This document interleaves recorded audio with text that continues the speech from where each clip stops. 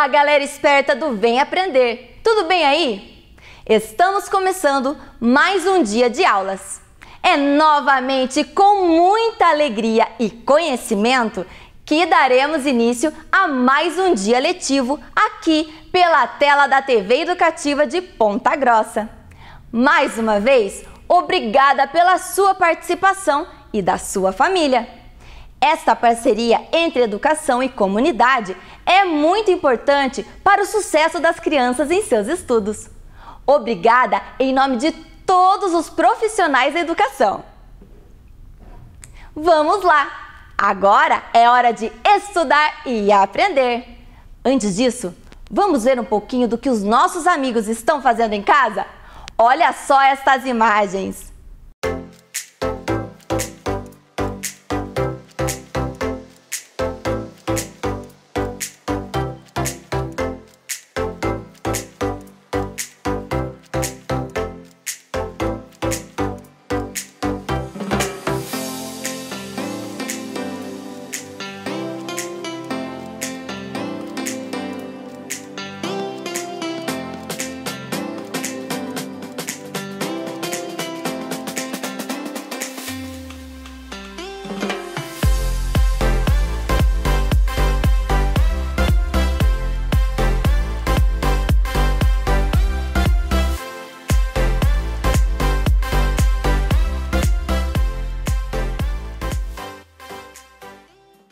Muito bem, pessoal! Obrigada pela sua participação.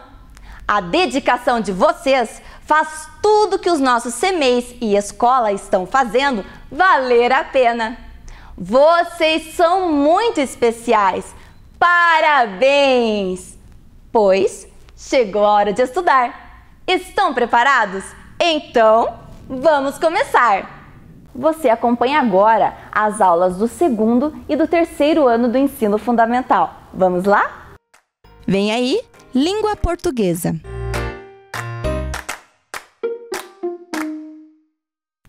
Oi, galerinha, tudo bem? Aqui é a professora Jandiana novamente, sou lá da Escola Edgario Ponhos, como vocês já sabem.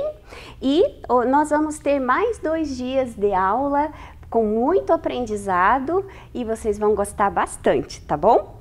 Antes de iniciarmos, sempre lembrando que temos que fazer a higiene de nossas mãos. Eu aqui estou fazendo com o álcool gel, vocês aí em casa podem usar água, sabão, sabonete, detergente que faz o mesmo efeito. E agora, mais do que nunca, isso é importante, viu? Porque nós ainda temos casos de Covid e temos que ter muito cuidado com a nossa saúde e com a dos outros, tá bom? E vamos ver o que nós temos para hoje? Então, primeira coisa, abram o caderno, escrevam lá, língua portuguesa, a data, 23 de novembro de 2020, segunda-feira, e o nome completo de vocês. Muito bem. E quais são os objetivos para o dia de hoje? Reconhecer o gênero informativo, compreender as informações explícitas e implícitas no texto e registrar as informações obtidas a partir do texto estudado. Mas, antes disso, nós temos a hora da leitura. Vamos lá? Vamos ver o que temos aqui. Então, hoje nós vamos ler a história da ostra e da borboleta, o coronavírus e eu. Você sabe o que as ostras fazem quando algo que as perturba e irrita entra em suas vidas? Elas usam seus poderes especiais para cobrirem as coisas perturbadoras com camadas e mais camadas de coisas poderosas, até que elas se tornem pérolas. E você sabe o que a lagarta faz quando ela tem que passar por coisas difíceis e mudanças? Ela fica um tempo consigo mesma, dentro do casulo, e vira uma borboleta. Nos seus momentos mais difíceis, a lagarta está desenvolvendo suas asas. O coronavírus entrou nas nossas vidas, não só na sua, mas na vida de pessoas por todo o mundo. Mas nós podemos fazer o que a ostra faz e transformar isso em uma pérola, ou o que a lagarta faz e construir nossas asas. Ter que lidar com coisas nojentas traz vários sentimentos, pensamentos e sensações em nossos corpos. Nós podemos nos sentir sozinhos, assustados, com raiva ou frustrados. Talvez a gente acabe ficando triste porque sentimos falta de nossos amigos e de nossa família. Talvez a gente tenha pensamentos confusos e os nossos corpos fiquem muito tensos. Os sentimentos precisam sair e contar as suas histórias. Você pode desenhar seus sentimentos agora? Vamos escrever ou desenhar os pensamentos que você está tendo. Vamos desenhar os sentimentos e as sensações que você está tendo em seu corpo. Seu corpo se sente mole ou duro como pedra? Ele se sente leve ou pesado? Vamos ouvir o que o seu corpo está dizendo. Quando a gente não se sente bem, a gente pode fazer o que a ostra faz. Nós podemos usar nossos poderes e criar nossas próprias pérolas. Vamos ver como a gente pode usar nossos poderes. Poder 1. Nós podemos usar os poderes do nosso corpo para ficarmos seguros. A gente pode fazer as coisas que vão nos manter longe do coronavírus. Poder 2. Podemos visitar nossos sentimentos para ouvir o que suas vozes estão dizendo. Se nossos sentimentos ficarem muito grandes, muito quentes ou muito frios, nós podemos fazer coisas para esfriá-los ou esquentá-los. Ignorar os sentimentos não nos ajuda. Lembre-se, sentimentos são mensageiros e quanto mais nós os ouvimos e falamos sobre eles, melhor nós vamos nos sentir ao longo do tempo. Poder 3. Podemos ser gentis e amorosos com os nossos sentimentos e termos compaixão por eles. Poder 4. Nós podemos visitar nossas necessidades e ver o que vai nos fazer sentir melhor. Nós precisamos de um abraço ou de alguém para nos dizer que vai ficar tudo bem? A gente precisa conversar com alguém em quem confiamos? Poder 5. Nós podemos usar o poder da respiração. A respiração pode nos ajudar a acalmar nossas mentes, corações e corpos. Poder 6. A gente pode fazer um casulo como a lagarta e ficarmos um tempo conosco, com as pessoas e com os pets. Pets são os animais de estimação, tá? Bem perto da gente. A borboleta nos lembra que nos momentos estranhos e difíceis, a gente pode estar, na verdade, construindo nossas asas. Poder 7. Talvez a gente possa encontrar espaço para nos conectarmos com o nosso time de ajudantes. Você pode desenhar ou escrever quem você quer ter em seu time? Uma pessoa, um pet, um amigo, um super-herói ou mais alguém que pareça seguro para ter no seu próprio time? Poder 8. Então, você pode usar a dança da borboleta, cruzando suas mãos no seu peito e batendo as mãos para frente e para trás. Poder 9. Você pode dançar como o gorila enquanto pensa sobre um momento feliz. Vamos bater as mãos no peito, para frente e para trás. Poder 10. Você também pode encontrar um lugar onde se sinta feliz e seguro. Você pode desenhar esse lugar? Quando ele estiver aí com você, vamos bater nossos pés enquanto marchamos juntos. Poder 11. Nós podemos cantar, falar podemos dançar ou podemos pular. Porque o maior poder que a gente tem é o poder de amar a nós mesmos e amar aqueles que estão ao nosso redor, em vários lugares por todo o mundo. Não podemos tocar uns aos outros ou estarmos próximos dos amigos e família, mas nós podemos carregá-los e estar muito próximos deles em nossos corações. Lembre-se, Nós somos cheios de poderes especiais por dentro. Nós não estamos sozinhos. Nós podemos nos juntar e usar todos os nossos poderes como um só, construir nossas asas e criar várias pérolas juntos. Agora, vamos criar a música da ostra e da borboleta. Nós podemos convidar todos os nossos sentimentos, porque mesmo quando estamos tristes e com medo, nós ainda podemos cantar juntos. Lembre-se, você não está sozinho, estamos todos juntos nisso. Então essa foi a nossa leitura de hoje. Vejam, o texto nos falou muito sobre nossos sentimentos. O texto nos falou também sobre o coronavírus, que ele afastou as pessoas um pouco fisicamente, mas que nós podemos ter essas pessoas dentro dos nossos corações, junto conosco dessa forma. Mas uma coisa muito importante que o texto fez foi falar que nós devemos manifestar nossos sentimentos. Se nós estamos alegres, nós devemos deixar que as pessoas à nossa volta saibam que nós estamos alegres. Se nós estamos tristes, nós também temos que falar do que está nos deixando triste. Porque os sentimentos que nós não falamos, eles crescem dentro de nós e eles tomam conta da nossa pessoa. E aí, aquilo que era tristeza pode virar medo, pode virar até pânico de que uma coisa ruim aconteça. E tem coisas que nós não podemos evitar, mas aquilo que depende de nós, temos que estar dispostos a falar sobre os nossos sentimentos, para que isso não nos torne pessoas tristes ou amargas, infelizes. Então, sempre falar sobre o que estamos sentindo é importante.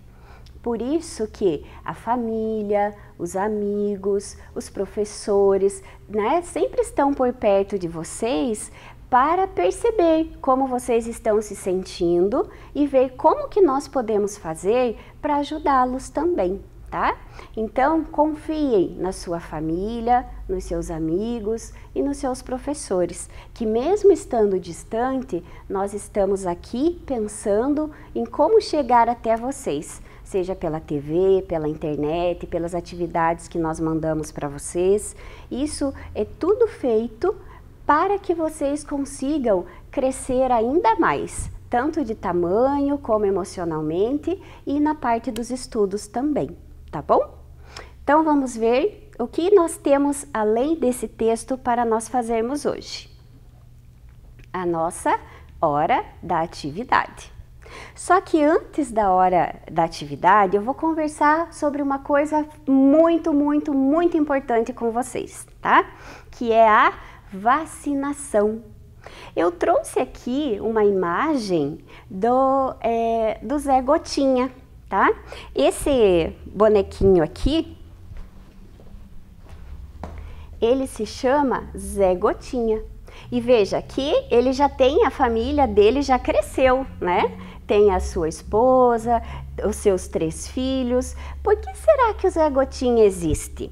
Então, a história do Zé Gotinha é a seguinte: ele existe para motivar para as crianças, até mesmo os adultos também, da importância da vacinação, né?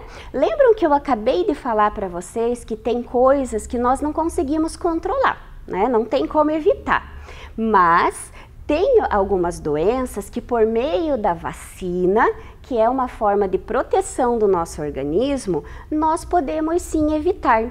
E o bonequinho aqui do Zé Gotinha, ele vem justamente com essa mensagem, que a vacina faz bem e que nós devemos tomar, não importa a idade.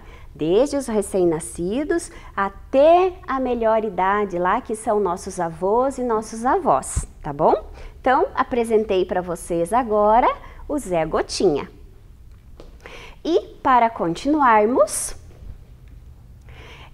eu quero explicar para vocês também que a vacina, ela existe de algumas formas. Nós temos vacinas em forma de gotinhas, que é essa aqui, que vocês estão vendo. E por que será que ela é dessa forma? Ela é dessa forma porque, como foi o mecanismo que foi usado para imunizar a criança, aqui foi escolhido que seja em gotas, tá? E essa vacina que vocês estão vendo aqui, ela é usada para a prevenção de uma doença que que deixa sequelas como essas que nós estamos vendo aqui. E o nome desse vírus, né, é o pólio. Ó, o poliovírus destrói as células nervosas da medula espinhal. Então, a medula espinhal, ela está ligada ao cérebro. E quando acontece problemas com a medula, a pessoa perde massa muscular e chega à paralisia. Então, a paralisia seria isso. Ela tem dificuldade de locomoção. Vejam, é uma doença muito séria, um vírus causa essa doença também, mas facilmente evitada, somente tomar a gotinha. E vocês devem estar se perguntando, mas professora, é aula de português ou é aula de ciências? É aula de português, porém nós vamos trabalhar a compreensão e a interpretação de um gênero informativo. E eu fiz uma escolha para trabalhar esse gênero com vocês. Eu escolhi falar nessa nossa primeira aula sobre a vacinação, tá? Por quê? Porque o gênero informativo, ele vem para trazer informações que são do mundo real, para vocês entenderem o processo desse gênero textual, tá bom? Então, nós vamos analisar o gênero, nós vamos ver quais são suas partes, como que ele funciona, né? E vamos aprender com isso a compreender e interpretar o texto, tá bom? E isso é língua portuguesa. Saber ler e entender o que está escrito não tem uma disciplina determinada. Em geografia, em história, em ciências, até em matemática, se nós não soubermos interpretar um texto, nós podemos ter dificuldade em executar uma ação. Concordam comigo? Muito bem. Então agora, aqui vocês estão vendo um folheto que nós já trabalhamos esses dias, né? Que também é um gênero informativo e que ele vem falando sobre a importância de estar com a carteira de vacinação atualizada. E vocês podem perguntar para mim, professora, mas foi só até o dia 30 de outubro, agora não precisa mais. Precisa sim, e precisa muito, porque a meta de pessoas, o número de pessoas que precisavam atualizar as suas carteiras de vacinação, não conseguiram atualizar até o dia 30 de outubro. Então, todos podem ir, que não estão com suas carteirinhas atualizadas, ir até o posto de saúde para fazer isso, tá bom? Então, vamos seguir. Agora, nós vamos ler um texto que fala: por que as vacinas não são todas administradas por via oral? O texto diz o seguinte: as vacinas que seguem o modelo Zé Gotinha geralmente contêm uma versão atenuada do vírus ou bactéria, que ainda é capaz de se reproduzir, mas não causa mais a doença. Como o micro-organismo se multiplica por conta própria, ele gera uma resposta intensa do sistema imunológico. Por sua vez, as vacinas administradas por meio de injeção contêm o patógeno inativado ou, com frequência, apenas um pedacinho dele. Elas não se multiplicam. Todo o contato que o corpo terá com o micróbio começa e acaba na dose. É comum que eles contenham adjuvantes para fortalecer a resposta imunológica e garantir que haverá uma reação. Por isso, essas vacinas precisam ir mais direto ao ponto, de preferência sem passar pelo estômago, cuja acidez quebra quaisquer proteínas em seus menores tijolinhos. A vacina contra o corona poderá vir na forma de injeção, gotinha ou até spray nasal. Tudo vai depender do seu mecanismo. A vacina da polio pode ser administrada como uma vacina viva atenuada oral ou como uma vacina inativada intramuscular. diz Luciana César de Cerqueira Leite, do Instituto Butantan. Ambas são eficientes, embora induzam respostas imunes bem diferentes. A BCG contra a tuberculose também se mostrou efetiva por via oral e por via intradérmica. Ou seja, a gotinha poderia sim ser uma injeção. Ela funciona dos dois jeitos. Os que temem a agulha agradeçam a piedade de quem optou pela gotinha.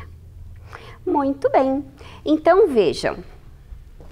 Esse texto que eu acabei de ler para vocês, ele está falando da vacina, né, de como ela, por que ela pode ser em gota ou por que ela pode ser em injeção.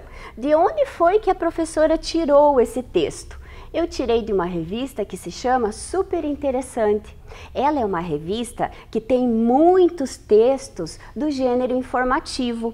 Quando vocês forem folhear a revista física ou ler a revista na internet, vocês vão encontrar vários textos desse gênero, explicando assuntos que vocês não conhecem, com dados científicos. É uma revista baseada em conhecimentos científicos e históricos, tá? E para ler esses textos, nós temos que compreender o que ele está nos dizendo, tá?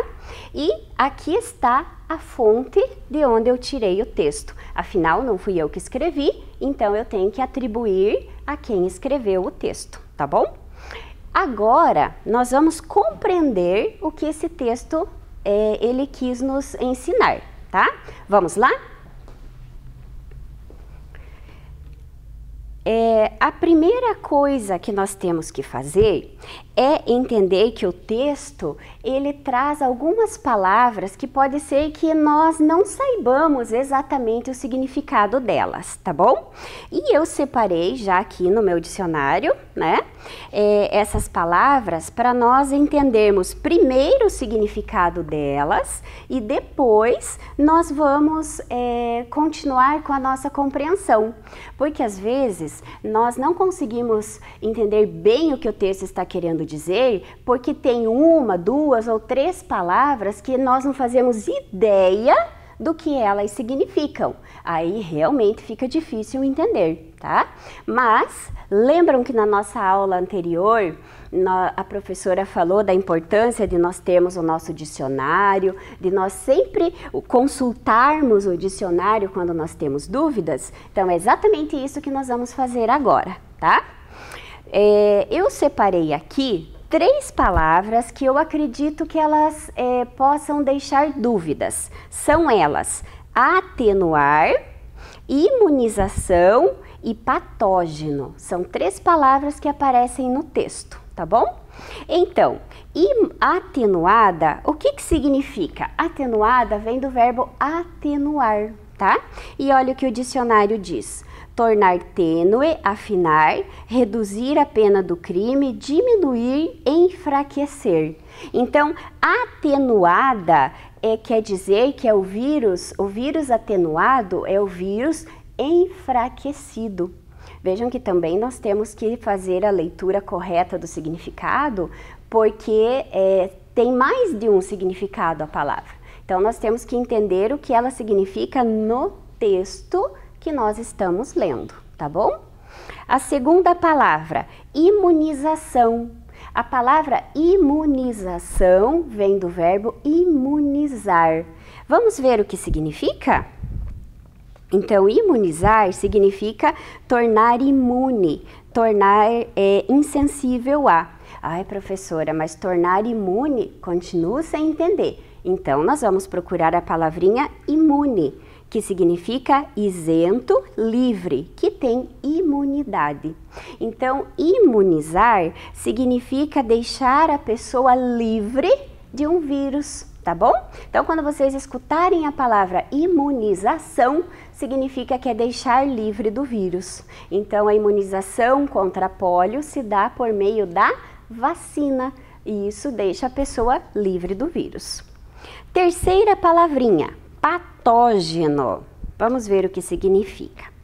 Então, patógeno, nesse dicionário que eu tenho aqui, eu busquei, eu encontrei a palavra patogenia, que significa estudo da origem das doenças. Então, patógeno, com esse significado, eu consigo entender que patógeno é aquilo que dá origem a alguma doença. Tá? Então, sempre que vocês ouvirem a palavra patógeno, não vai ser uma coisa boa para o nosso organismo, né? A não ser que seja um patógeno atenuado, que é o que é feito com o vírus para se fazer a vacina. Muito bem, então agora nós vamos fazer a compreensão do texto.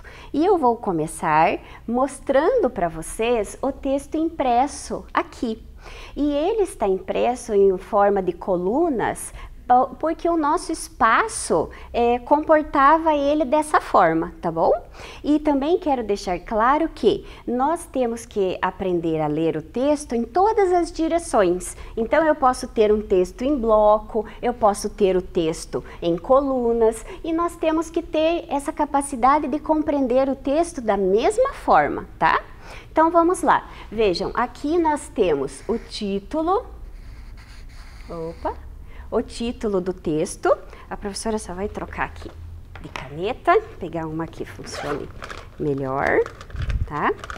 Então nós temos o título do texto, que é a primeira coisa que nós vamos ler lá, né? Que nós vamos perceber, é o título. Depois nós temos aqui quem foi que escreveu, quando foi publicado, e aí nós começamos com as informações. Eu fiz algumas perguntas para nos auxiliar nesse processo de compreensão e interpretação do texto. Vamos lá? Então, qual é o modelo de vacina Zé Gotinha? Está escrito aqui qual é? Não, não está. Mas lembram que eu ensinei para vocês, eu mostrei lá para vocês o Zé Gotinha? Então vejam, o modelo de vacina do Zé Gotinha é o modelo da gotinha, tá bom? Então essa é a informação que nós temos que entender. O que quer dizer a versão atenuada do vírus? Lembram, atenuada é uma versão enfraquecida, né? Então, a versão atenuada do vírus, ó, o modelo Zé Gotinha, geralmente contém uma versão atenuada do vírus ou da bactéria, que ainda é capaz de se reproduzir, mas não causa mais a doença. Então, essa versão atenuada quer dizer que ele é capaz de reproduzir, mas não vai mais causar a doença. Então, essa é a resposta da nossa questão 2. 3. Como se dá a imunização com a vacina de gotinha? Então, vejam, a vacina de gotinha, ela tem lá o vírus atenuado, ele vai se multiplicar, né, por conta própria e vai gerar uma resposta intensa do sistema imunológico. Então, aqui nós temos mais uma resposta do texto. Como que funciona a vacina da gotinha? Como ela se reproduz, mas não causa doença, porém o organismo vai gerar uma resposta e vai proteger o nosso organismo, tá bom? Questão 4. Como é o patógeno, lembram? Patógeno, aquilo que dá origem à doença, na vacina dada por injeção. Então, olhem aqui, ó, as vacinas administradas por meio de injeção contém o patógeno, lembram? Aquilo que dá origem à doença, inativado, tá? Então, lembram lá? O inativado é aquele que não vai mais, ele não vai causar a doença. Ou apenas um pedacinho dele, tá? E essa é então a explicação de como é o patógeno na vacina dada por injeção, tá bom? E por que ela tem que ser assim? É a nossa próxima pergunta. Por que algumas vacinas precisam ser feitas por injeção? Porque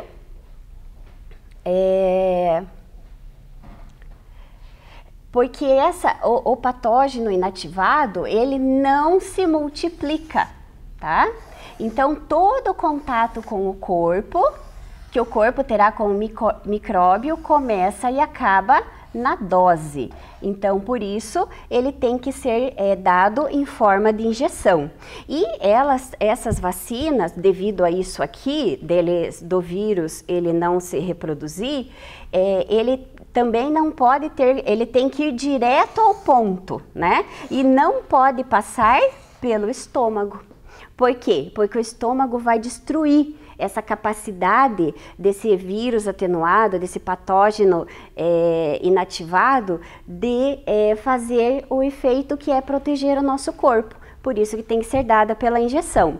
Vejam, tudo isso nós estamos entendendo como? Pela estrutura do texto informativo. Nós estamos pescando as informações do texto dentro do texto, tá? Por isso que nós estudamos esse tipo de texto aqui, esse gênero de texto aqui, nas aulas de língua portuguesa também, porque nós precisamos realmente entender essa estrutura, como que ele funciona, para nós tirarmos as informações dele, tá bom? Vamos continuar? Então agora, como poderá ser a vacina do coronavírus? Como que ela pode ser? Então vejam, nós temos algumas opções. Ela pode ser injeção, gotinha ou até spray nasal. Tudo vai depender do quê? Tudo vai depender de como o cientista vai desenvolver a sua pesquisa. Vai ser com um vírus atenuado ou inativado, aí vai depender disso. Mas vejam, ela pode vir de 3 formas: injeção, gotinha ou até spray nasal, tá? Por que a vacina da polio pode ser de gotinha ou injeção? Então, nós temos aqui uma citação. Citação é quando no texto aparece uma pessoa falando sobre o assunto. Quem é esta pessoa que aparece no texto? É Luciana César de Cerqueira Leite. E o que é que ela fala? Ela diz que a vacina da polio pode ser administrada como uma vacina viva atenuada oral ou uma vacina inativada. Então, a vacina da polio pode ser feita das 2 formas. Mas vocês lembram lá do começo que eu disse qual é a forma mesmo que se toma essa vacina da polio? Quem que apareceu lá? Foi o Zé Gotinha, né? Então, a vacina da polio hoje em dia é tomada pela forma de gotinha, tá bom? Depois, a que conclusão chega o autor do texto? Então, vejam, quem escreveu esse texto se chama Bruno Vaiano. Tá? E ele chegou a uma conclusão depois que ele escreveu esse texto. Qual foi? Então, ele falou assim, ó. Ou seja, a gotinha poderia sim ser uma injeção. Injeção, ela funciona dos 2 jeitos. Os que temem a agulha agradeçam a piedade de quem optou pela gotinha. E ele ainda fez aqui, isso aqui significa que ele como se ele desse uma risadinha no final, né? Dizendo ainda bem que foi pela gotinha, porque se quisesse poderia ser por injeção, tá bom? Então essa foi a conclusão que ele chegou ao final do texto. Então vejam, nós acabamos de ler, vejam que eu fiz a leitura minuciosa do texto. Agora nós relemos o texto, separando dele as partes que mais se destacam e que melhor explicam por que as vacinas não são administradas por via oral, porque não são todas administradas por via oral. Então vejam, como essa estrutura do texto do gênero informativo, ela nos é importante, porque ela nos traz conteúdos novos sobre assuntos que podem ser científicos ou históricos e fazem com que o nosso conhecimento cresça ainda mais, tá bom? Muito bem, vamos ver se nós conseguimos cumprir com os objetivos da aula de hoje? Então, nós falamos sobre o gênero informativo, né? Compreendemos as informações explícitas e implícitas no texto? Sim. Registramos as informações obtidas a partir do texto estudado? Sim. Nós registramos, né? Se vocês estivessem aqui junto comigo, essas perguntas que eu fiz oralmente aqui, nós teríamos registrado no caderno. E eu deixei registrada aqui no cartaz que eu trouxe para vocês, tá bom? Então, por hoje é isso. Agradeço a atenção de vocês e até amanhã. Tchauzinho! Vem aí, matemática!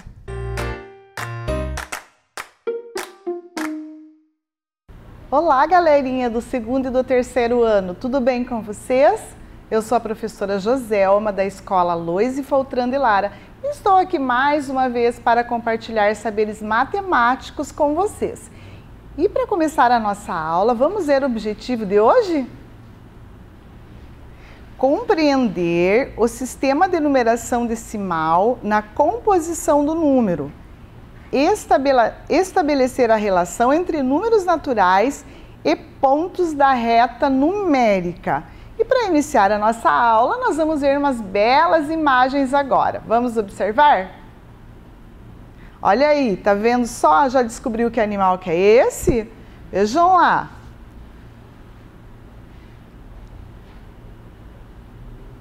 E aí, pessoal? Já viram, né? É uma baleia azul. E agora nós vamos ler um texto sobre ela. E você vai ler junto comigo, assim a gente já vai treinando a leitura para ficar expert. Vamos ler junto com a professora, então? Leia o texto sobre a baleia azul, circule os números e registre o maior número. Não há ninguém maior e mais pesado do que a baleia azul. São cerca de 160 toneladas distribuídas por 30 metros de comprimento. Isso equivale ao peso de 18 elefantes africanos e ao comprimento de mais de 3 ônibus. Só a sua língua tem o peso de um elefante. Além de pesada, ela também é barulhenta. Os sons que emite para se comunicar com outras baleias alcançam 188 decibéis. É tão alto que dá para ouvir a 800 quilômetros de distância. Então agora nós vamos circular os números desse texto. Vocês viram só que curioso? Pensem na língua da baleia, o tamanho equivale a 18 elefantes africanos. E outra curiosidade também é do ônibus. Pense lá o tamanho dela, que vale mais ou menos a 3 ônibus. É muito grande, né? Então agora vamos lá circular os números. Ajude a professora aí. Qual que é o primeiro lá? 160 toneladas, né? Quantos metros de comprimento? 30. Isso equivale ao peso de quantos elefantes? 18. E ao comprimento de mais de 3 ônibus. A língua dela tem o peso de um elefante. E além de pesada, né, os sons que alcançam 188 decibéis. E é tão alto que dá para ouvir a 800 quilômetros de distância. Vejam, observem aí os números, que nós temos números de uma ordem só, que é o 3, de 2, de 2 ordens, que é o 18, e de 3 ordens também. Qual que é o maior? Que número que é aquele que está aparecendo ali na telinha? O 800, né? Que é o maior número ali. Porque se eu observar ali, ele tem 3 ordens. E como é o primeiro que manda, olhem lá, o 8 é o maior. Então, o número maior que nós temos nesse texto é o 800. Os números, eles estão tão presentes na nossa vida que muitas vezes a gente nem percebe eles.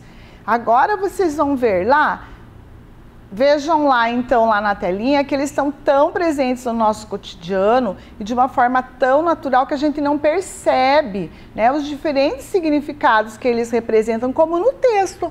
Nós lemos um texto, mas nesse texto informativo tinha números. Agora vejam no aniversário, a velhinha lá do aniversário, ali o 8, o número da nossa casa, essa casa ali, ó, 475. Nas brincadeiras, lá no painel do elevador, no telefone, no controle remoto e em muitas outras atividades que nós fazemos diariamente, que aparecem números, mas a gente nem percebe, nem se dá conta. Aí é só para lembrar que os números estão presentes no nosso dia a dia. Só que os números, esse conhecimento você já tem, a gente está só relembrando. Os números podem ter várias classes. Cada classe tem 3 ordens. Vamos posicionar agora lá no quadro das unidades, classe das unidades simples, que nós temos ali 3 ordens. A primeira ordem é a ordem da unidade, a segunda ordem da dezena e a terceira ordem é a ordem da centena. Agora vamos colocar o número ali no quadro para a gente poder trabalhar os numerais? Vejam lá então, 475. Nós temos 5 unidades, 7 dezenas e 4 centenas. 4 centenas, já está falando. O 4 ali, ele tem o valor 400. O 7, 70 e 5 unidades, 475. Então, esse número, ele tem 3 ordens. Vamos ver mais um número lá que apareceu na telinha anterior. O 8, que estava lá na velhinha. Ó, o 8, ele tem lá 8 unidades. Então, ele está na primeira ordem só. Ele tem uma ordem só. E o outro lá, que estava lá do elevador, é o 10. Uma dezena. Então, o 1, ele está posicionado lá na segunda ordem, que é a ordem da dezena. Agora, para compor uma dezena, são necessários 10 unidades. Então, vejam lá, 10 unidades que eu troco pelo quê? Por uma barrinha. E para compor uma centena, são necessárias 10 dezenas, que está ali, que eu vou trocar pelo quê? Pela placa. Então, esses conhecimentos a gente já sabia, nós estamos só relembrando a formação numérica. E agora para nós continuarmos, vamos esquentar as turbinas lá, pessoal? Vamos ver esses conhecimentos aí. Nós vamos fazer juntos, mas eu sei que você já pode ir resolvendo em casa. Vejam lá, quantas dezenas são necessárias para formar uma centena? Então, nós temos lá dezenas. Nós temos aqui, né, ó, 1, 2, 3, 4, 5, 6, 7, 8, 9, 10. Então, aqui 10. O que acontece? Eu troco por uma placa, que essa aqui é a placa da centena. Então, vamos responder a perguntinha agora lá? Então, quantas dezenas são necessárias para formar uma centena? 10 dezenas. Agora, vamos para a próxima pergunta. 50 unidades equivale a quantas dezenas? Então, vejam aqui, nós temos aqui 50 unidades. E como será que eu faço essa troca? Eu faço essa troca com as barrinhas, né? Então, a cada 10 eu troco por uma barrinha. Então, aqui tem 50, então eu vou fazendo as trocas lá, né? Então, quantas que eu vou precisar trocar? Vou precisar de 5 barrinhas. Então, respondendo a pergunta lá na telinha, 50 unidades é equivalente a quantas dezenas? A 5 dezenas. E agora, de 6 dezenas? 6 dezenas, quanto falta para completar a centena? Então, observem aqui, nós temos 6 dezenas. Eu quero chegar lá na centena. Como que eu faço? Vamos contar junto com a professora de 10 em 10? Então, já tenho 6. 6 dezenas, que é 60. Então, 70, 80, 90, 100. De quantas barrinhas eu precisei? De 4. Então, respondendo lá a perguntinha que foi feita, de 6 dezenas, quanto falta para completar a centena? Quanto? Vejam lá, 4 dezenas ou 40 unidades. Aí eu teria que pegar os 40 cubinhos, né? E daí fazer a troca. Muito bem. Agora nós já esquentamos as turbinas e agora vamos lá para mais uma atividade de hoje. Agora vocês serão detetives e precisarão descobrir qual o número que está desaparecido. Olha só, tem número desaparecido aí. Agora nós vamos precisar seguir as pistas para poder achar. Então, sigam as pistas e boa sorte. Então, vamos ler primeiro ali, antes da gente começar a procurar? Então, leiam junto lá. Este número está na centena maior que 3 e menor que 5. Já vão pensando. Esse número tem uma dezena maior que 7 e menor que 9. Esse número tem o algarismo 0 na unidade. Que número é esse? Então vamos ver lá, vamos fazer no quadro posicional que vai ficar mais organizado, né? Já que a gente é detetive, a gente precisa se organizar.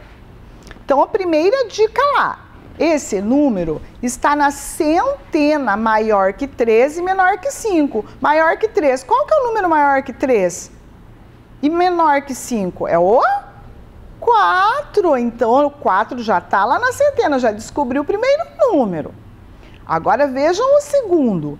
Esse número tem uma dezena maior que 7. Então, já vamos pensando lá no número maior que 7. Que número que é esse que é maior que 7? Só que ele é maior que 7 tem muitos, né? Mas esse, na dica ali, ele diz que é menor que 9. Que número que é esse? É o número 8. E daí a outra dica tá muito fácil, porque diz lá que esse número tem o algarismo 0 na unidade. Então, se ele tem 0 na unidade, nós já achamos o número. Que número que é esse? Ele tá ali. Agora, vamos representá-lo com o material dourado. Então, nós temos lá 4 centenas. Então, nós precisaremos de 4 plaquinhas de 100, porque já está falando 400. E o 80 ali, 8 dezenas, e tem 0 na unidade, eu vou precisar de 8 barrinhas. Que número que é esse? Vamos fazer a escrita do número lá? 480. Já descobrimos. E agora nós vamos para uma próxima atividade. Olhem lá. Para cada conjunto de cartas, forme o maior número possível. Depois, circule o maior número formado e faça a decomposição. Então, nós temos 3 conjuntos de cartas ali. E para nós começarmos ali, então, vai ser um número que ele terá 3 ordens. E para a gente começar, a gente tem que pensar que é o primeiro que manda. Então, qual que é o número maior ali das primeiras cartas? Nós temos o 3, nós temos o 5 e o 2. Qual que é o maior número? Já que o primeiro que vai mandar é o número 5. Agora restou o 3 e o 2. Qual que é o maior? É o 3. E daí ficou o número 2. Formamos um número de 3 ordens. Como que eu leio esse número? 532. Agora nós vamos para o outro conjunto de cartas. Observem lá, lembra que a professora falou que o primeiro que manda? Então, qual que é o maior desses 3 ali? Nós temos o 5, o 6 e o 9. Qual que é o maior? É o 9. Sobrou o 5 e sobrou o 6. Qual que é o maior? É o 6. E agora sobrou o 5. Então, formamos mais um número, 965. E agora no último conjunto de cartas lá, nós temos o 7, o 4 e o 8. Qual que é o maior número aí? Observem lá. É o 8. E agora? Sobrou o 7 e sobrou o 4. Qual que é o maior? É o 7. E sobrou o 4. 874. Mas diz lá que é para nós circularmos o maior número. Então, observem lá, nós temos 3 números ali. O primeiro é que manda. Qual que é o número maior ali que está na centena? Qual que é? O 965. E agora, vamos fazer a decomposição dele, né? Vamos pôr ele lá no quadro posicional. Então, nós temos lá quantas unidades? 5. Quantas dezenas? 6. E quantas centenas? 9. Por isso que a gente já fala 900, porque são 9 centenas. E como que eu vou decompor ele? Quanto que é o valor do 9? Quanto que é o valor do 6? Quanto que é o valor do 5? Como que será que vai ficar essa decomposição? 900 mais 60 mais o 5, que vai dar 965. Fácil, né? Agora, nós vamos ver uma outra atividade bem legal para a gente fazer. Então, observem lá agora. Uma régua. Você já utilizou uma régua? Ah, com certeza que já usou, né? E a distância entre um número e o outro é a mesma? Vamos observar essa régua ali. Essa é uma régua de 20 centímetros e ela está lá do 0 até onde? O 20. Observem lá. A distância entre um número e o outro é a mesma? É sim, né? Ela está sempre somando mais um. Ó, 1, 2, 3. Então, ela está aumentando, mas sempre 1. Então, a distância entre um número e o outro é a mesma assim. Hoje nós vamos fazer uma atividade na reta numérica. Só que essa atividade, nós vamos pensar que os números, eles vão estar com uma distância igual entre um e outro, só que não vai estar tão fácil assim como na régua ali. Então, já se preparem, tá? Vamos ligar a esperteza aí para nós fazermos essa atividade na reta numérica. Vamos ler juntos? Numa corrida de bicicletas, após percorrer alguns metros, os ciclistas deveriam parar nos pontos indicados e seguir as orientações. No ponto A, deveriam o quê? Tomar água. No ponto B, verificar os pneus da bicicleta. E no ponto C, realizar uma pausa de 2 minutos. Sabemos que o ponto C fica a 20 metros do ponto B. complete a reta numerada e responda as questões. Então, primeira coisa que nós vamos fazer é completar a reta. Só que nós temos que lembrar que uma distância, ela está sempre igual, ela não está tão fácil igual a nossa régua lá que nós utilizamos, mas nós já sabemos que a distância entre um ponto e outro é igualzinha. Então, observem lá agora a reta.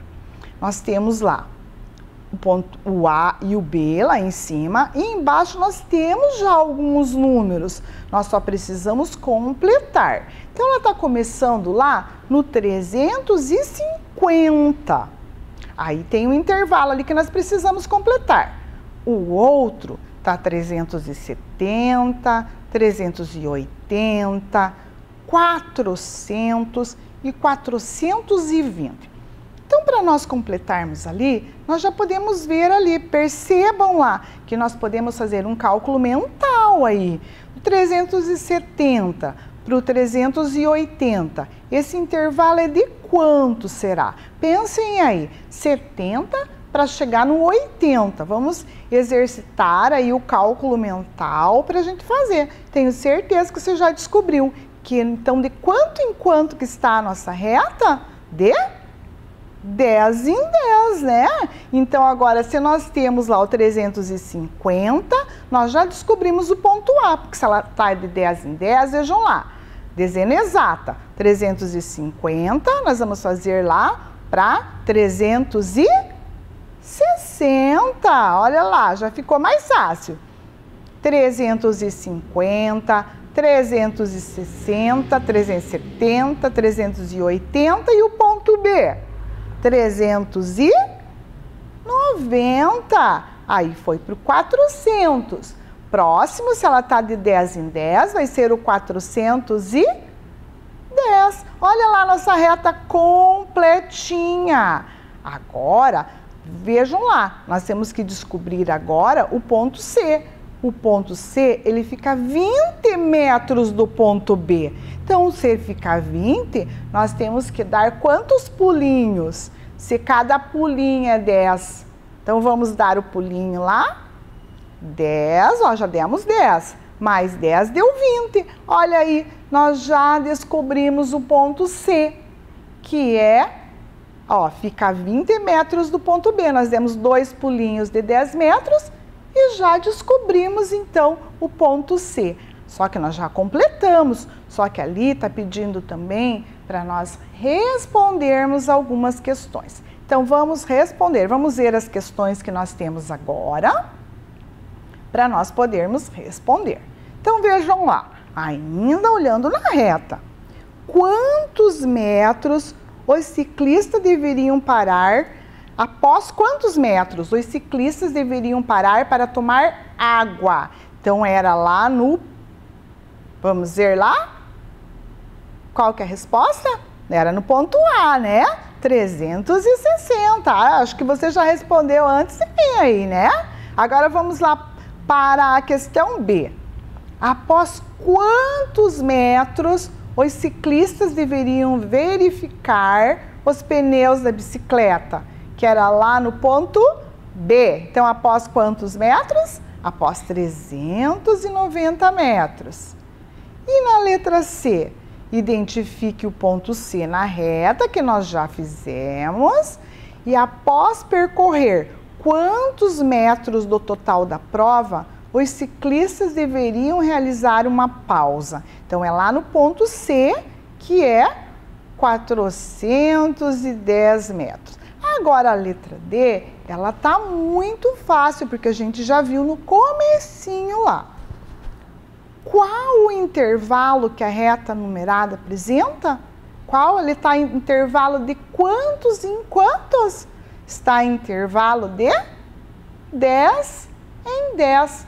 Então, uma dica para a gente fazer essas atividades na reta, como vocês estão vendo ali, é descobrir primeiro de quanto em quanto é o intervalo dela. E lembrar que é sempre o mesmo, né? É sempre o mesmo intervalo. E agora nós vamos para a nossa última atividade de hoje. Passou rápido, né? Então vamos ver lá. Agora vocês vão me ajudar com todas essas atividades sobre números que nós fizemos. Outros conceitos que a gente já teve em outras aulas. Vocês vão me ajudar agora a fazer essa atividade aí. Numa classe de segundo ano, alguns alunos escreveram os números ditados pela professora da seguinte forma. Então vejam ali, nós temos o número ditado, daí nós temos o aluno Luiz, a aluna Valentina e o aluno Gabriel. A professora ditou 3 números ali, só que eles escreveram diferentes. O Luiz escreveu de uma maneira, a Valentina de outro e o Gabriel de outro. O primeiro número ditado pela professora foi o número 972. Agora observem como que o Luiz escreveu. Ele colocou o 000-702. A Valentina colocou o 9, o 7 e o 2. E o Gabriel, o 9, o 702. O outro número ditado pela professora, 729. O Luiz colocou lá o 700 e colocou o 29. A Valentina colocou o 7, o 2 e o 9. E o Gabriel colocou o 7, o 2, o 0 e o 9. E o último número ditado pela professora foi o 345. O Luiz colocou o 300. Ele colocou o 4, o 0 e o 5. A Valentina colocou o 3, o 4 e o 5. E o Gabriel colocou o 345. Então, agora observando bem ali, você sabe me falar se alguém acertou todos os números? Será que alguém ali conseguiu acertar todos os números ditados pela professora? O 972, o 729 e o 345? Observem lá. Quem que acertou todos os números? Quem que foi? Alguém conseguiu, sim. Quem que foi? Foi a Valentina. A Valentina conseguiu acertar todos os números. E os outros? Vejam lá a forma que o Luiz escreveu, a forma que o Gabriel escreveu. Por que você acha que eles escreveram os mesmos números, só que de forma tão diferentes? O que será que está faltando para esses amiguinhos, para eles entenderem como que eu faço para escrever um número? Vocês saberiam explicar para eles? Falar, ó Luiz, ó Gabriel, vocês não estão escrevendo corretamente os números. Como será que a gente falaria para esses coleguinhas que não estão entendendo ainda? Vamos responder lá então juntos? Vamos ler juntos então essa resposta? Por quê? Eles ainda não compreenderam que nosso sistema de numeração é decimal. Assim, cada número tem o seu valor de acordo com a posição que ele ocupa. Lembram das outras atividades que nós fizemos na aulinha de hoje? Que nós fizemos o quadro posicional, nós colocamos o número lá no quadro, nós fizemos de composição. Eles não entenderam ainda que os números, eles dependem da ordem que eles ocupam, eles têm um valor. Então, esses amiguinhos ainda não compreenderam, mas eu tenho certeza que você já compreendeu, que você já está sabendo tudo sobre o sistema de numeração decimal. Então, será que a gente cumpriu o objetivo da aula de hoje? Vamos ver o objetivo lá para a gente ver? Compreender o sistema de numeração decimal na composição do número. Fizemos isso? Sim, em várias atividades. E estabelecer a relação entre números naturais e pontos na reta numérica. Também fizemos isso. Então, cumprimos o nosso objetivo sim, os nossos, né? Os nossos objetivos foram cumpridos sim. E agora nós vamos ver a tarefinha para casa. Então, na primeira tarefa, vocês vão ser detetives, igual na atividade que nós fizemos aqui. E também tem uma outra atividade com a reta numérica. que nós também fizemos aqui. Já vimos que a reta ela tem intervalos iguais, basta você descobrir. Então chegamos ao final de mais uma aula. Um grande abraço para vocês e até a próxima. Tchau, tchau! Vem aí, Ciências Humanas.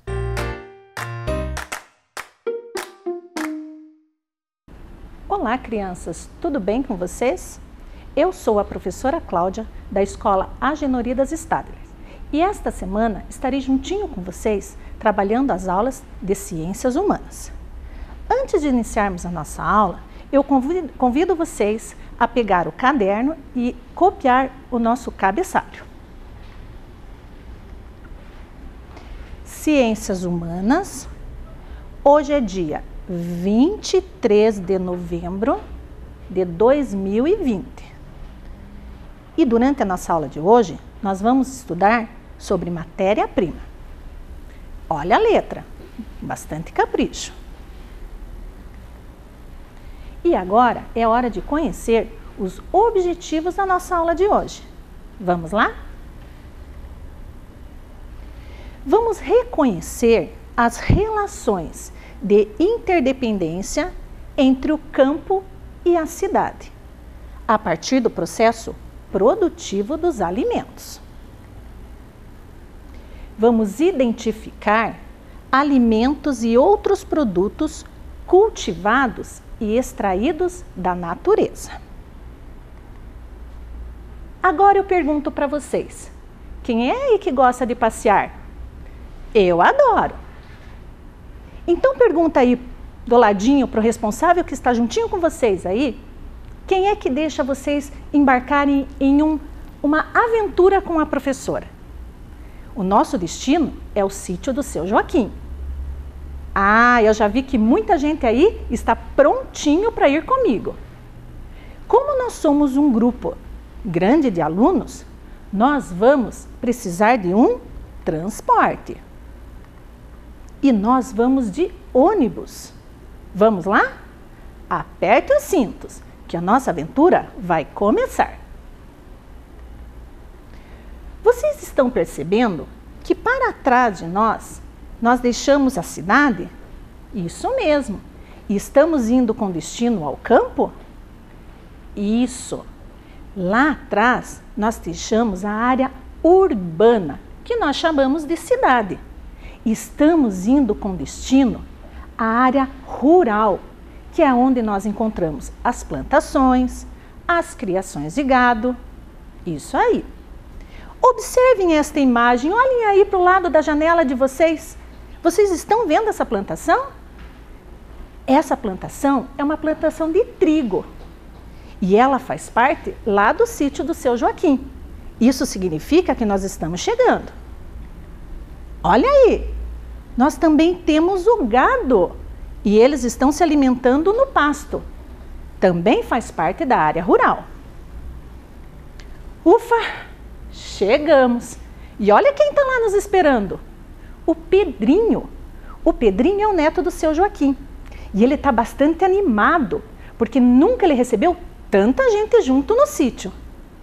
E o Pedrinho está nos convidando para tomar um lanche. Eu estou com fome, e vocês?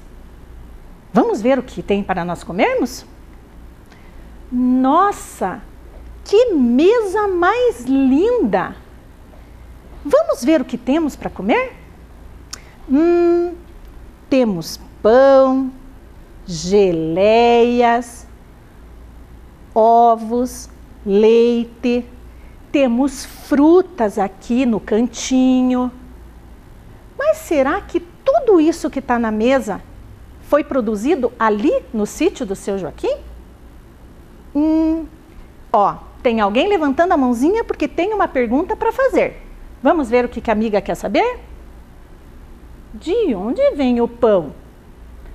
Ah, não, sem rir do colega. Precisamos responder a pergunta dela. Quem é que sabe a resposta? Já me responderam que é da padaria. Vocês concordam com a resposta do colega? Será que é verdade? Agora que todos estamos alimentados, o seu Joaquim está nos convidando a ir passear pelo sítio, aonde ele vai nos mostrar diversas curiosidades e nos ensinar da onde vem o alimento. Para chegar até a nossa casa, os alimentos precisam sair de um lugar, até que possamos comprá-los. Todos os alimentos têm origem a partir de um produto, que nós chamamos de matéria-prima. Esta passa por vários processos até ficar pronta para o nosso consumo. Vamos construir o caminho que o pão, o leite e o açúcar fazem para chegar à nossa casa? Observem aqui a maquete com a professora. Aqui eu tenho o sítio do seu Joaquim. O sítio do seu Joaquim produz, além do trigo, a criação de animais e de diversos outros produtos. Nesse sítio do seu Joaquim, eles plantam o trigo que leva de 100 até 170 dias para ficar pronto para a colheita.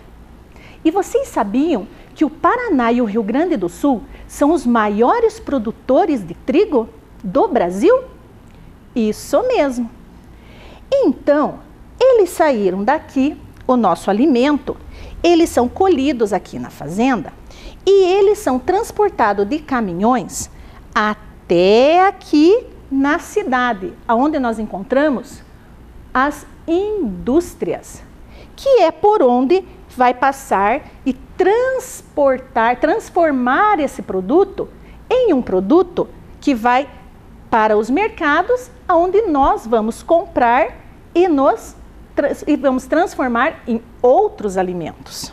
Então vejam, o seu Joaquim plantou o trigo, porém lá onde ele mora não tem uma máquina aonde vai fazer o processo de transformar essa sementinha do trigo em farinha. Esse processo é feito por uma indústria que se localiza num distrito industrial, dentro da cidade, em uma partezinha da cidade, aonde eles vão transformar, moer, triturar e vão ensacar, embalar esses produtos para nós comprarmos lá no mercado. E como o seu Joaquim adora fazer um pão, ele tem que ir até a cidade, comprar o trigo embalado, trazer para o sítio, aonde ele vai transformar no pão. Certo? Então, vejam aqui. Tudo começa aonde? Na produção. Aonde vai fazer todo um caminho e chegar lá no sítio novamente. Então, vejam aqui. Aqui nós temos uma produção de algodão. O algodão está sendo aqui colhido. O algodão ele fica pronto para ser colhido quando ele fica assim, ó, bem branquinho. As pessoas vão lá, retiram o algodão da plantação e vai ser transportado aqui na produção, que acontece na indústria, essa produção. Aqui nós temos a circulação. Após ele ser totalmente industrializado, ele é transportado de caminhões para as empresas aonde revendem este produto. E após o consumo. Então agora eu quero que vocês peguem o caderninho de vocês lá. Com bastante capricho, vocês vão registrar essas informações que eu estou dando para vocês. Vamos lá. Copia lá a extração, que é onde tudo começa. É o fornecedor da matéria-prima. Todo produto que origina, que nós plantamos lá na agricultura ou que nós tiramos da natureza, nós dizemos que é da extração da matéria-prima. Copiaram lá? Capricho. Logo após a extração, nós temos a produção, que é onde essa matéria-prima vai passar por uma transformação. Esse algodãozinho que vocês estão vendo aqui ele está sendo transformado em fios, aonde serão transformados em tecidos mais tarde, dentro de uma indústria. Após essa produção, que já foi transformado todo em tecido, observem aqui que nós temos os caminhões, nós temos a circulação. Ele tem que sair da indústria, da onde ele foi fabricado, e ser transportado para outras indústrias que vão transformar esse algodão, esse tecido, em roupas. Depois dessa circulação, nós que somos os consumidores, né, vamos lá e compramos essas roupas. Acontece o mesmo círculo que aconteceu com o trigo, crianças. Porque observe, o que essas pessoas aqui estão vestindo? Não são roupas? Eles plantaram o algodão, mas eles não conseguem transformar esse algodão em roupas. Eles precisam passar por essa transformação para que eles venham aqui na loja e comprem a roupa. E eles possam usar aqui quando eles estiverem trabalhando ou passeando, porque ninguém pode sair sem roupa por aí, não é mesmo? Então, vejam aqui, coloquem as flechinhas lá. Da extração, nós vamos para a produção. Da produção, nós vamos para a circulação. E da circulação, nós vamos para o consumo. Isso mesmo. Vamos ver se vocês aprenderam bem sobre isso? Voltem aqui comigo. Quem é que estava aqui no sítio? Isso, o seu Joaquim. E nós estamos aqui visitando o sítio, aprendendo da origem que vem os alimentos. Quem é que fornece a matéria-prima para nós? Isso mesmo. O sítio faz a criação de animais, plantas, produtos, aonde vão ser transportados de caminhões até a cidade, onde vai passar para o processo de transformação nas indústrias. Dentro das indústrias, serão transportados novamente, aonde serão distribuídos para o comércio, que nós vamos lá e adquirimos e compramos aquilo que nós precisamos. Aqui, nós temos alguns tipos de produtos. Por exemplo, todo mundo sabe o que é isso aqui, não sabe? É um tomate. O tomate é um fruto, isso mesmo. Mas será que o tomate só serve para fazer salada? Não, né? O tomate, ele dá origem a diversos outros produtos, porque ele é uma matéria-prima. Do tomate, nós podemos fazer o famoso ketchup, que colocamos lá no nosso sanduíche, nas nossas comidas gostosas, e também o molho de tomate, que nós fazemos aquele macarrão bem delicioso. Então, vejam a transformação. O tomate saiu lá do campo, aonde ele foi plantado por um produtor. Esse produtor mandou de caminhão até uma indústria, aonde ele foi moído, foi passado por um processo de transformação e originou em diversos outros produtos. Aqui nós temos 2 produtos à base do tomate. A mesma coisa acontece aqui com o leite.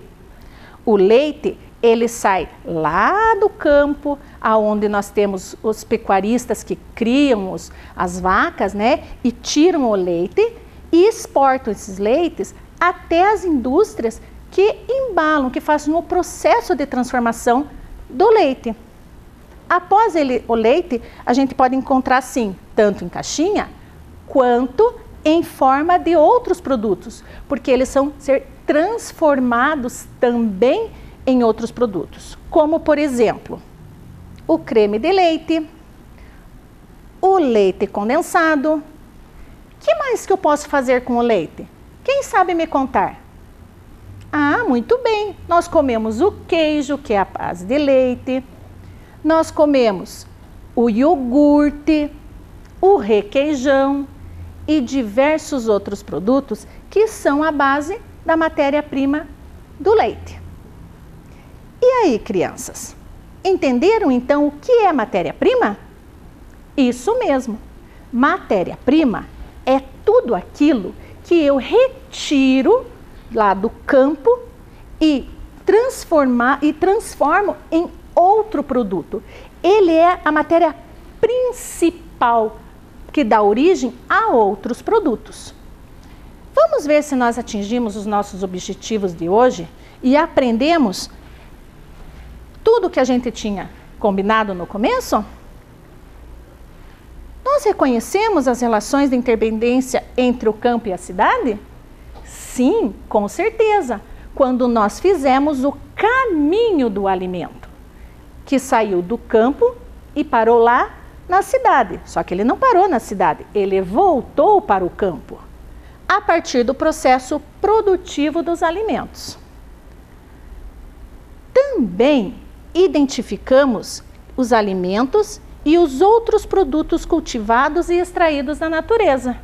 Nós vimos lá que os alimentos são tirados da natureza, transportados e produzidos transformados em outro tipo de alimento. Não é verdade? Então, crianças, para a nossa próxima aula, eu vou precisar que vocês providenciem um chapéu. Porque, segundo o seu Joaquim, o nosso passeio vai ser longo. E para nós não nos queimarmos muito e ficarmos todos torradinhos, nós vamos usar um chapéu. Combinado, então? Então, para a nossa próxima aula, precisamos nos proteger. Então, crianças, espero vocês na nossa próxima aula. Descansem e nos encontramos para continuar a nossa aventura pelo sítio do seu Joaquim. Um beijo! Beleza, pessoal? Chegamos ao final de mais um dia de aulas e muito conhecimento. Nosso ano letivo continua até o fim. Estamos vencendo juntos essa pandemia. Esse coronavírus não pode nos impedir de estudar. Por isso, continue se dedicando nas suas atividades. Agora, um recado para as famílias. Neste mês de novembro, os CMEIs e as escolas municipais estão recebendo os cadastros de novos alunos.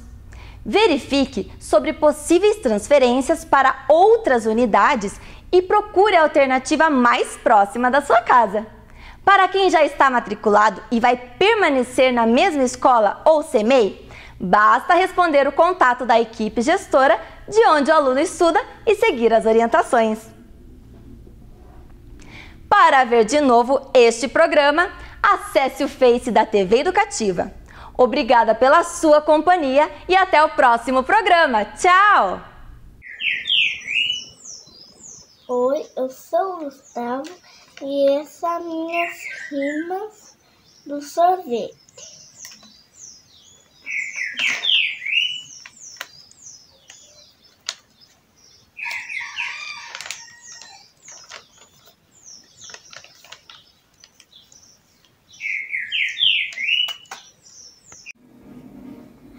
Meu nome é Natan, eu estudo na Escola Maria Laura Pereira e estou no 3º ano A e essa é a minha atividade de artes. Meu nome é Sandro Alex de Oliveira, moro 2 quadras da Escola Zair. Moro ao lado do posto de saúde Aurélio Grotti, em frente à escola, o campo de futebol Society. Esse é meu trajeto até a escola.